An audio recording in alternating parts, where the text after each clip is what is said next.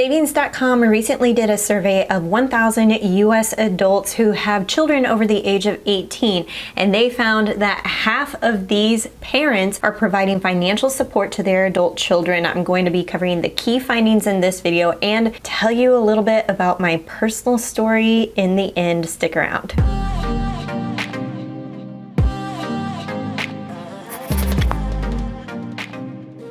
Hey, what's up guys? It's Justine with Debt Free Millennials, the channel to help you crush your debt and live payment free. Okay, so are you one of the adult children out there, one of the Gen Zs, millennials, who are mooching off of your parents? This is a real thing. I think there are some key factors that play into this, so I'm going to be discussing that as well. The first key finding from this survey is that adult children are costing their parents around $1,000 per month. That goes from anything from food to travel to health insurance to rent, putting gas in their car, you name it. Parents are game to go ahead and provide these types of cost savings to their adult children, regardless of what's actually going on. Number two, adult children are not helping with household bills. So the survey found that 61% of adult children are actually living in their parents' home. However, 62% of those adult children living at home with their parents aren't actually contributing to household bill expenses. And this one kind of blows my mind. Of those adults who were surveyed, 20%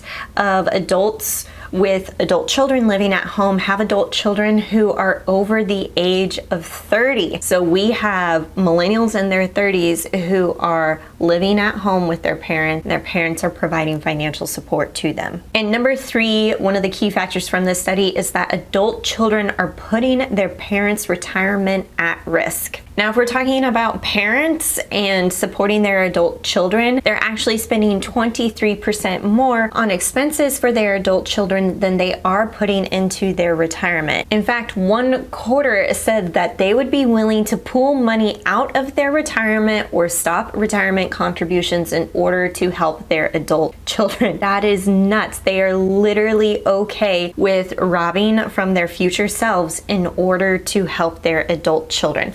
I think there are a variety of scenarios in which you might feel in that same position if you are a parent yourself and you have young kids. Just imagine 20 years down the road, if something were to happen to that child, you would do anything to go ahead and help them, including the finances. Maybe. So with all this to be said, this is becoming a trend that I'm seeing more and more lately. I had to wonder what is causing this. I think there are a variety of different factors that are causing adult children to really rely on their parents, especially parents who are still bringing in consistent income. I think number one, the pandemic really caused a lot of issues, especially with the job market. People were laid off or furloughed, or worse, got sick and needed that financial support. Also, with the higher cost of just ordinary consumer goods and inflation going up, it's making it so much harder for millennials and Gen Z to go ahead and move out and live on their own, especially those who are just graduating college and trying to get into their first job. Those first jobs with low paying salaries are really hard to go ahead and support yourself independently. Plus, with the high cost of home prices and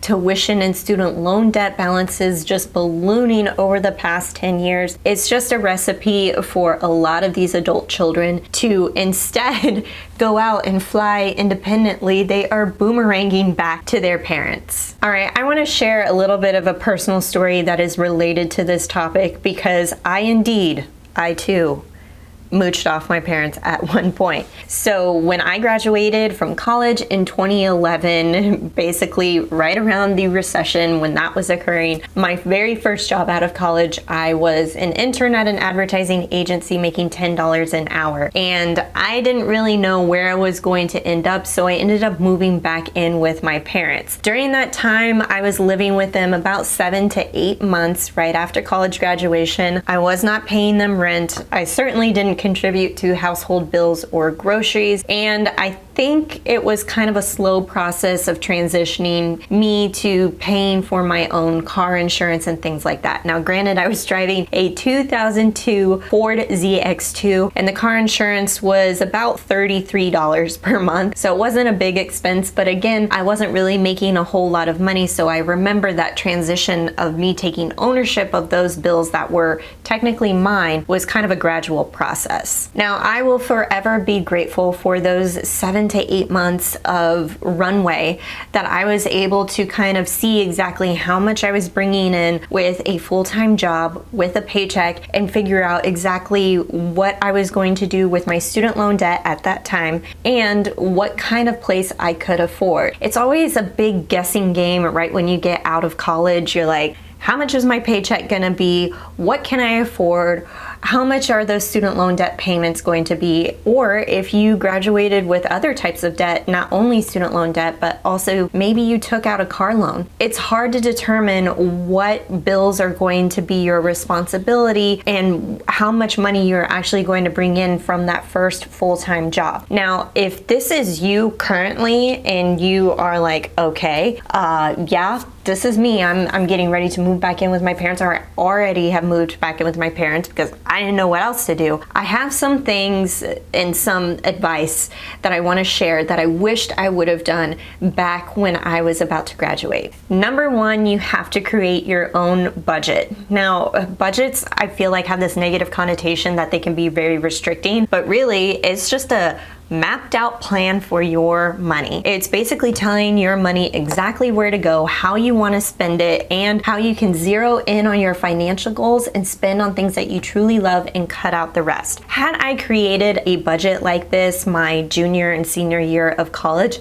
I think I would have been more prepared to enter the workforce and kind of go out on my own and not really rely on my parents so much after that graduation period. Number two, create a move out plan. Now, this is something I kind of loosely did after I realized how much my student loan debt payments were going to be and how much money I was bringing in. But creating a move out plan includes researching the cost of apartments or rentals in your area, making sure you have a plan for rent and utilities, and that's covered in your basic living expenses based upon the income that you're bringing in each month. You'll also want to factor in whether or not you are going to be hiring movers, in which case, starting out, the movers that you are hiring are your friends, your parents, any siblings, and borrow somebody's truck if you have to. But having that move out plan, I think, is going to make that whole transition more realistic. And number three is to take ownership of your financial responsibilities. If you know that your parents are shelling out for gas money or they aren't having you contribute to the grocery bill, it's time to step up. We are adults and we have to find ownership in that, because that's truly what makes us free to do what we want with our finances and understand the importance and the value of working for your money and spending it wisely. And so I think if you are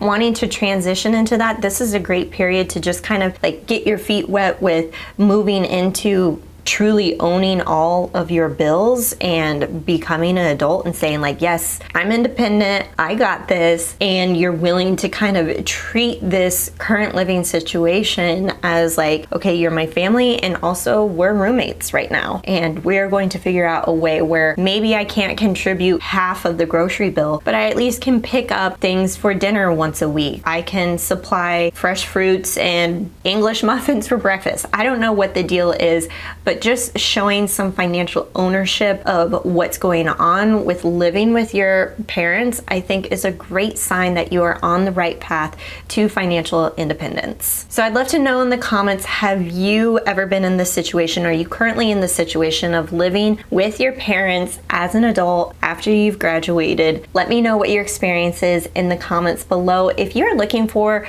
additional support and you want one-on-one budget coaching, advice, and tips, and a mapped out financial plan for your goals, don't forget to check out my budget bootcamp where you and I work together in a private setting. That is linked below in the description box for you to check out. If you like this one, give it a big thumbs up and I'll catch you in the next one.